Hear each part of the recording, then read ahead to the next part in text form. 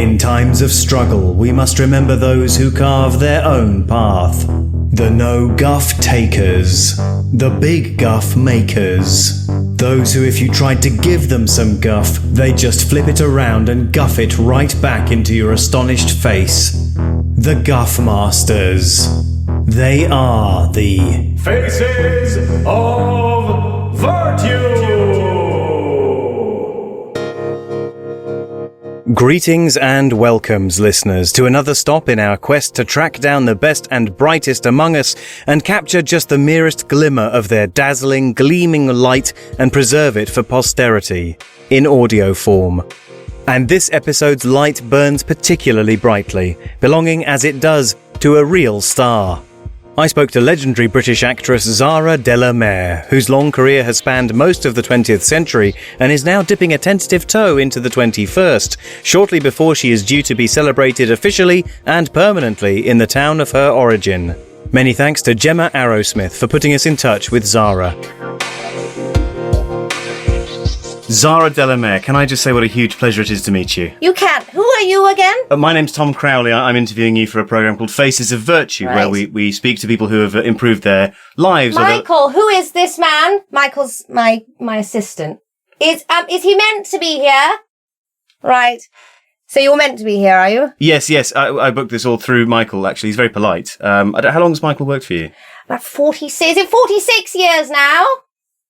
He's saying 47. 47 years. Okay, all right. Well, coming up to the big 50 anniversary That's with you right. and Michael. I might sack him. Well, he is still standing in the doorway, so he did hear you. I might sack you, Michael. He's laughing. He's laughing. Well, it seems like you two have a free and friendly relationship. Not really, but No? least said. Right, well, the fair better. enough. Right. Well, this program, which you are booked to appear on, is Yes. called Faces of Virtue, and it's a show about people who've managed to make something themselves, change their lives. Oh, through that's positive me. action. Yeah, That's really? me. Well, please do tell. Do tell. Well, I mean, what do you want to know? Do I even need an introduction, really? Well, not really. Well, I'll be sorry, known just- to all your listeners. Just to catch up, anyone who, has been living on Mars. Exactly. I assume. Zara is a hugely successful British actor. She's appeared on stage, on television, in films, you name it. I mean, I've been going a long time, my love. yeah, I was going to say you look very well for your age, which is how old are you now? Well, I mean, obviously, a lady never No. reveals her age, but I believe they refer to me as a super centenarian. Right. these days. So how That's what old? it says on my Wikipedia. How old would that be? Fine. Well, I'm so my sorry next to press, but birthday- what? When was your? When were you born? What year were you born? 1907, although I don't really have a birth certificate as such, because it was lost in a huge fire. Oh. Yes, that my whole side of my village was just burnt down. I come from Pocklington, East Riding of Yorkshire. Yes. And there was a huge fire. I lost all of my birth certificate, all that sort of thing. But I believe it was somewhere around 1907, something like that. Sometime in It's 1907. all of the records have been lost. But Okay, so sometime in 1907, sorry, just 1 second, which means, and you'll forgive me for saying about a lady, but that means you're somewhere around 115 years old. is it that much? You really are looking very Is it good that for your much? age, I must say. Something like that. Sounds about right. But they say acting keeps you young, don't they? They do. They're wrong. Oh, can you expand on that? I think it's sort of decades of scrabbling for work actually ages one. Oh, right. And the sort of the way in which society treats you as a kind of a cross between a pariah and a clown. I think decades of that, and everyone looking down the nose at you and earning no money, Never knowing where the next meal comes knowing from. where the next meal comes from, and sort of having to see your old school friends who refer to themselves as having proper jobs. I think that ages one. Yes, I'm sure it does. You went to school with William Cuthbert Armstrong, of course, the industrialist who invented those shoes with individual toes on them. That's so right. he's absolutely loaded, and he would have had a Listen, very low opinion of an actor. He's a bastard. And Right. let me tell you why. Okay. I was at school with him, and we had to do a thing where you made a little boat out of sort of newspaper. Yes. And he deliberately sank mine. Right? Yes. He got some marbles. I saw him do it. He went over to, there's a little pile of toys and things, Yes. and he took some marbles, and when the teacher was looking away, her name was Mrs. Siddle, and when she looked away, he took some marbles and he bloody put them into my little boat and sank it, so that he won. He's a bastard, and that's how he has gone through his entire career doing similar things, and that's why his shitty little shoes with the toes in them have done so well. Probably because he's tanked everyone else who came up with the same idea before him. Oh. He's a bastard. What a bastard. Arsehole. Excuse my language. No, that's absolutely fine. But that's an interesting insight, isn't it, to a man who really, I think it must be said, made an impact on the world, albeit through very underhanded techniques. But you were there right at the beginning to see that. I mean, if the impact on the world you want is a glove for a foot, then yes. Fair point. But anyway, you got out of Pocklington yourself. You may not have found a sort of a stability or an extreme wealth in the way that someone like William Cuthbert Armstrong did. But still, you made a career for yourself. That's right. You made a huge impact on the world of the arts.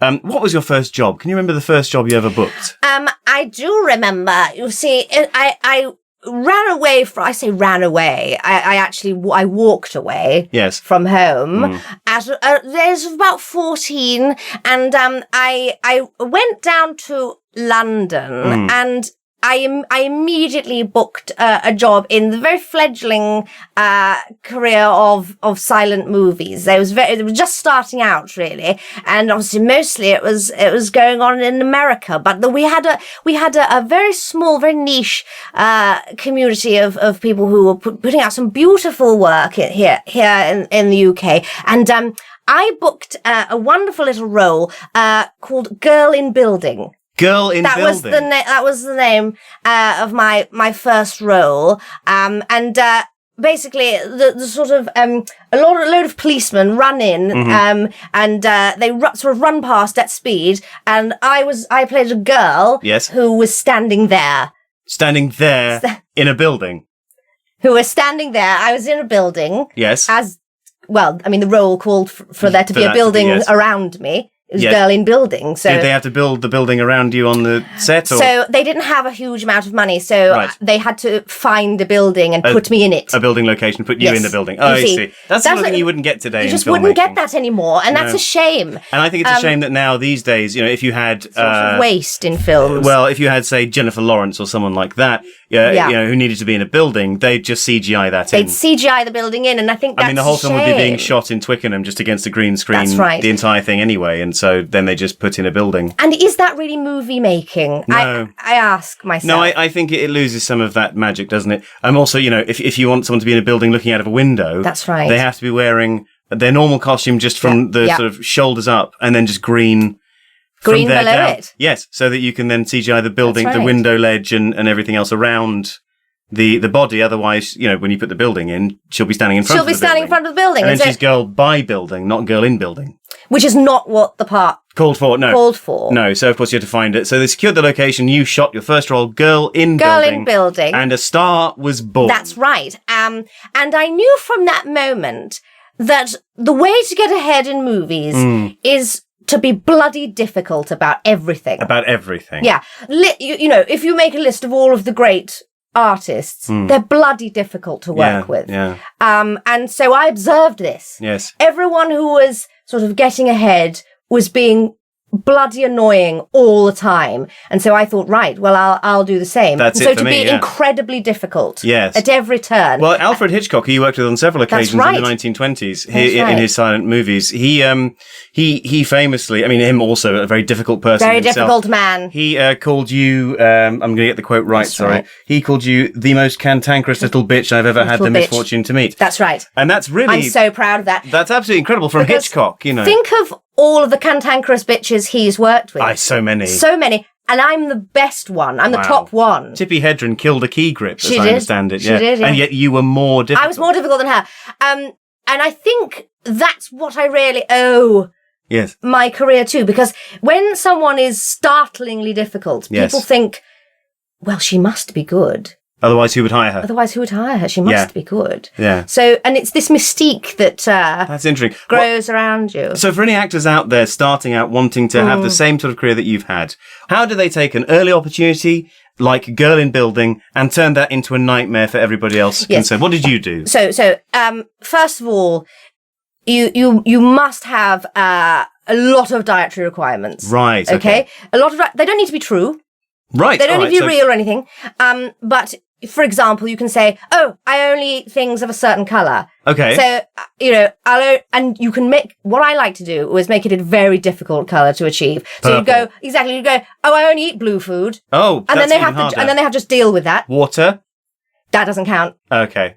I'm really struggling then. So They'd have to blueberries. They're sort of purple. You'd watch as they just absolutely panicked, and you should do this to the lowest worker on the set. Right, because you're also just starting out, so you want to just bully you need to get above them. Yes, that's right, and crush them.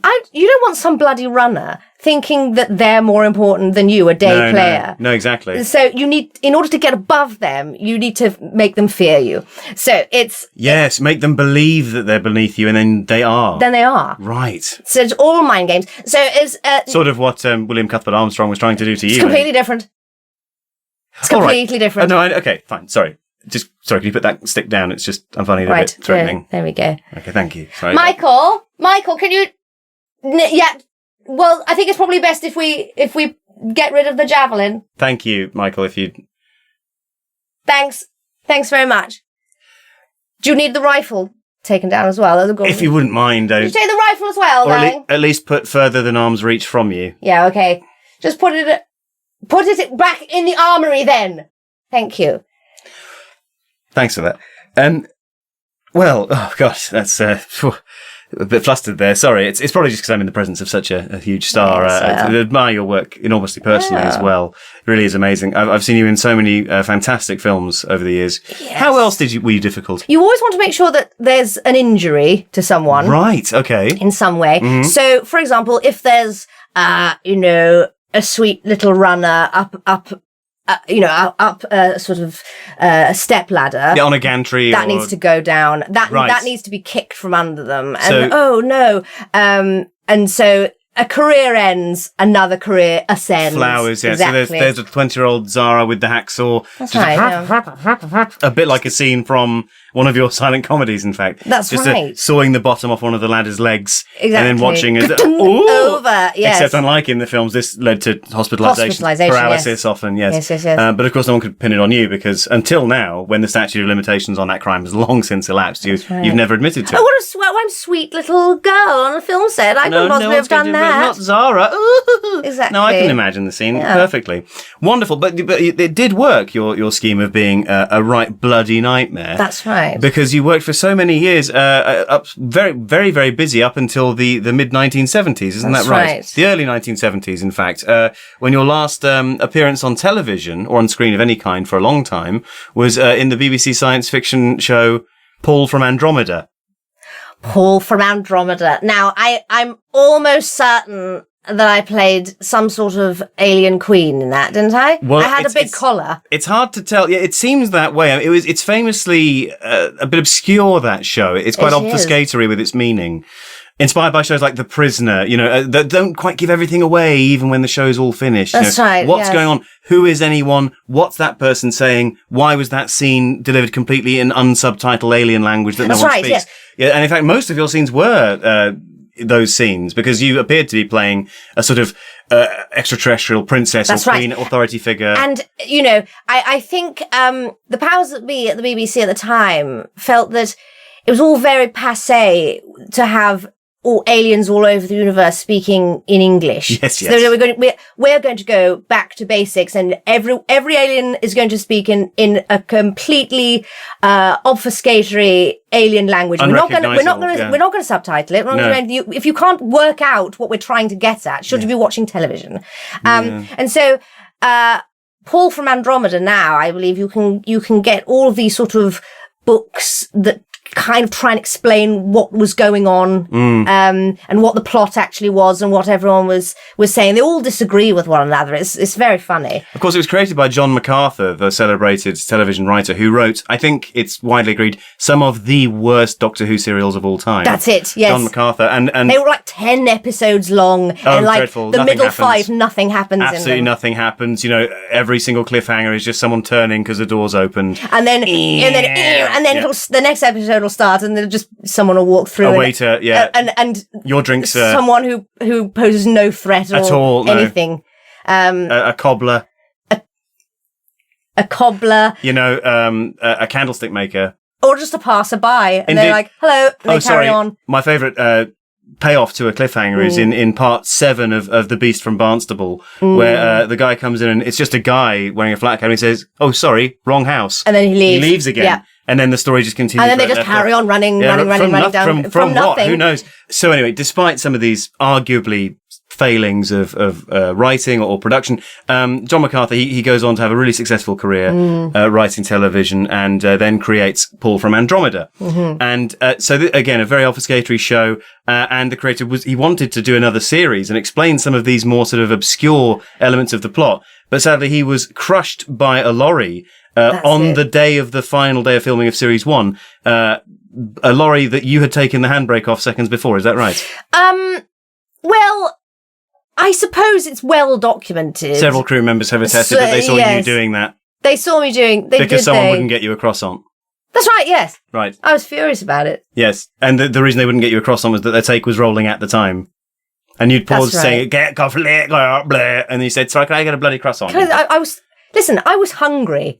I was really, really starving. No, I mean, that's understandable. It's a more difficult job than people like to imagine. And acting. People don't understand how difficult acting is. I was wearing a big collar, and it was really sort of rubbing my neck. Yes. So I think, you know, you weigh up, yes, I took the handbrake off the big truck, but it was a very stressful day. Yeah, less sort of hangry and more sort of... That's it. More of a kind of hycopathy.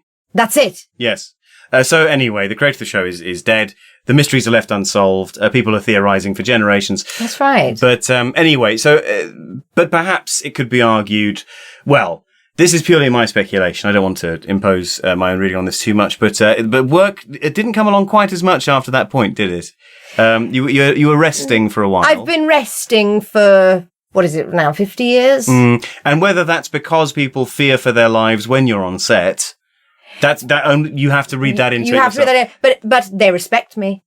That can't be argued with. Cannot be argued with. And so tell us how that respect manifested itself on your latest job, because, well, one of the reasons we're speaking here today, and it's very exciting, is you have recently booked your first gig. That's right. In 50 years. That's right. And so what is it you've done? It's a programme called Casualty. Right. On BBC One. Well, of all things. Yes, absolutely.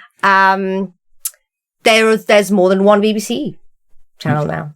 Yes, there is. I think there was a BBC Two when you were last on television. Only 2, just the 2 of them. Yes. And now there's bloody hundreds or something. BBC 9.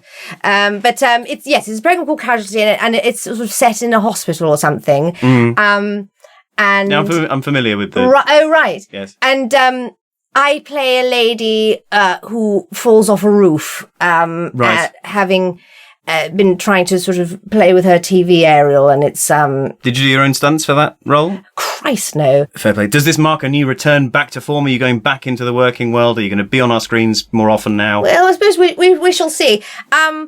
What I do is I think I still. Michael, do I still have an agent?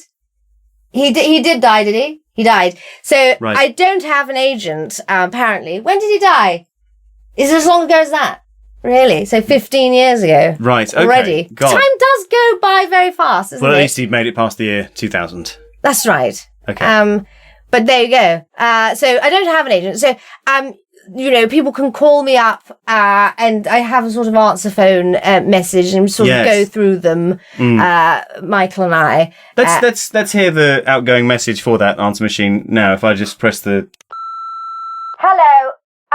How do you work this bloody thing? This is Zara de la Mer. Can you hear me? Hello? Just leave a message or don't.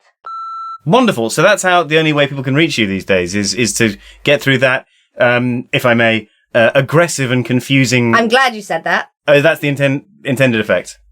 You need to weed out time wasters. The time wasters. Right. Yes. Very interesting. So people call up their wishy-washy, some like student doing a short film. Wouldn't it be great to get interested in that? No, and they're going to be frightened by that. They're going to go, good. Maybe even drop the phone. Good. And if they hear that. And hopefully it will stop them making films. Forever. Yes. Hopefully they'll just go, this is awful. And they'll, go off and work in a shop instead. But to the point, if I may, you, after this huge impact you've made on the world of television, the world of film, occasionally, but not very often, the world of the stage or the radio. What a waste of time those are. On the pantheon of acting, you've made such an impact, and that is being commemorated very soon, isn't it? Tell us about that. Oh, I had some bloody letter. Michael, did you keep that letter from the people up in Pocklington? He's just waving. No, he's not very bright. No, he doesn't seem to be. He's not very on it. He's not wearing any shoes or socks. He's not wearing any shoes or socks. No. Well, anyway, or a top. Or a top. Well, I know it's warm, but Michael, go and have a lie down. The hair around his nipples is white. Well, go and have a lie down, Michael. He's going. He's waving still, but he's going. He's still waving as he lies down. Yeah. And he's down, and he stopped waving. Okay.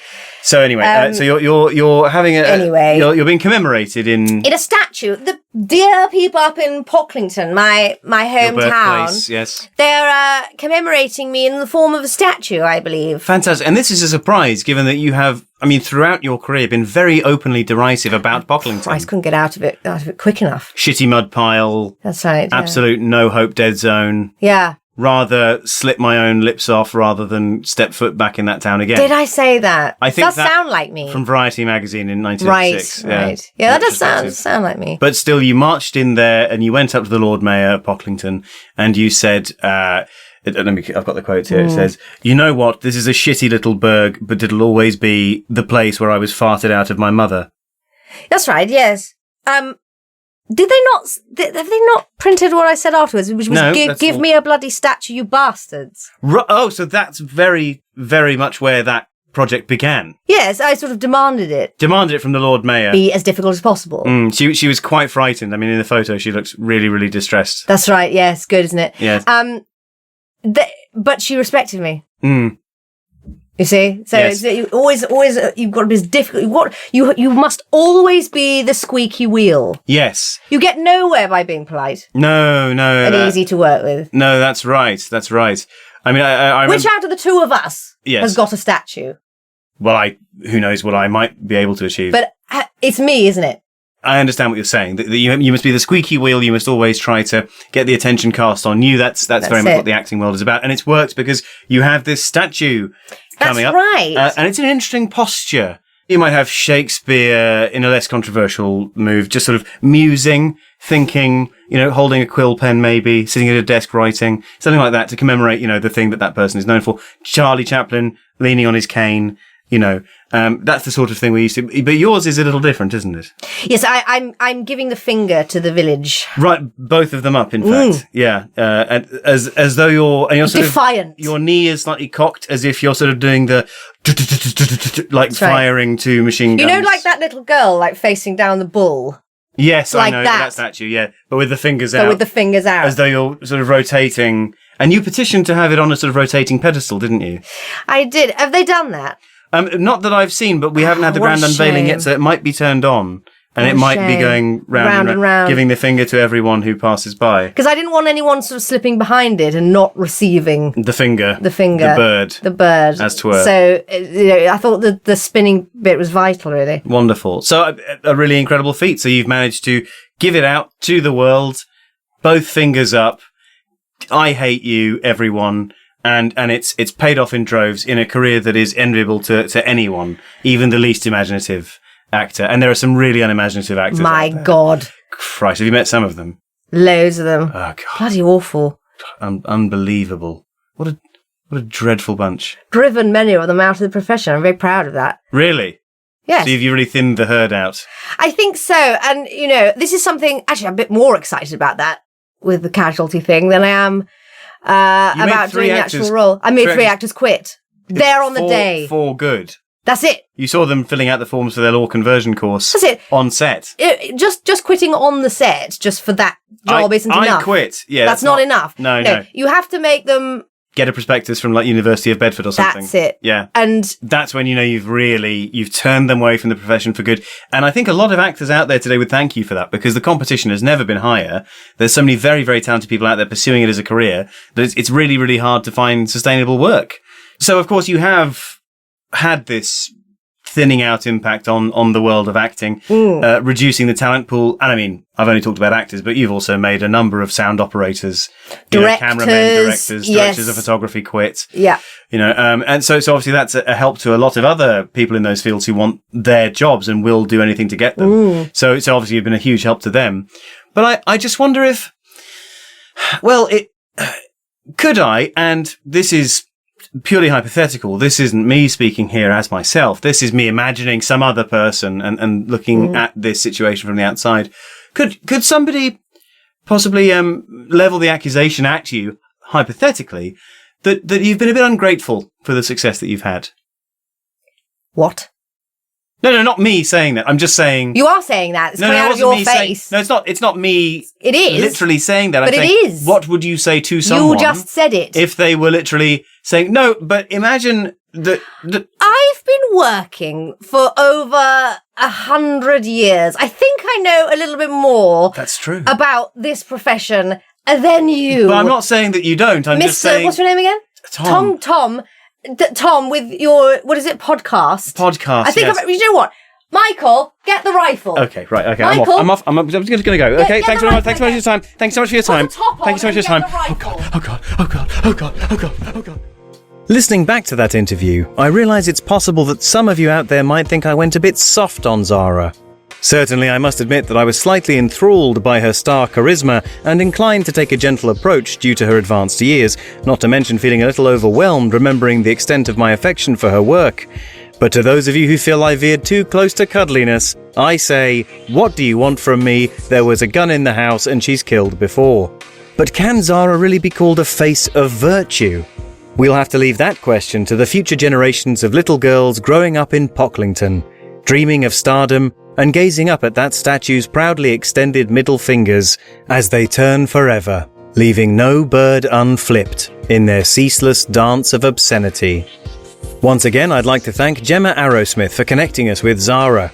Gemma is a writer, actor and comedian, best known for writing and performing in countless television comedy shows, including Tracy Ullman's Show, Tracy Breaks the News, Upstart Crow, Staff Lets Flats, Trying and many more besides. But never mind those, because much more exciting than that, Gemma is about to launch the first series of her very own BBC Radio 4 sketch show, Gemma Arrowsmith Sketched Out, and it is absolutely essential that everybody listening to this tunes in. The first episode airs at 6:30 p.m. on Thursday the 22nd of September 2022 and will be available on demand on BBC Sounds right after that. Gemma is one of the all-time greats of sketch comedy, and this new show promises to showcase her at her very best. And if that's not enough, you'll also be able to hear me in 2 episodes, playing an array of shopkeepers, television presenters and general mad lads. But if you just can't wait for the new show, then you can also hear me in Gemma Arrowsmith's Emergency Broadcast, her brilliant half-hour radio special from last year, on BBC Sounds right now. Invest heavily in Gemma Arrowsmith, the discerning comedy fan's choice. For more information, go to gemmaarrowsmith.com or follow at Marrow, that's at MMAARROW, on Twitter. And don't forget that you can hear the full, extended, extra uncut, great big version of this episode by signing up as a Crowley Time supporter at patreon.com/CrowleyTime. And not only that, but as soon as you sign up, you also get access to every piece of bonus material I've ever released. And by this point, it's a veritable treasure trove of supplementary fun. So why not sign up today and dig in? It's your right. That's patreon.com/CrowleyTime. Sign up and support independent nonsense like this today. Most of all, don't forget to check back in 2 weeks to meet another of the Faces of Virtue. forget it.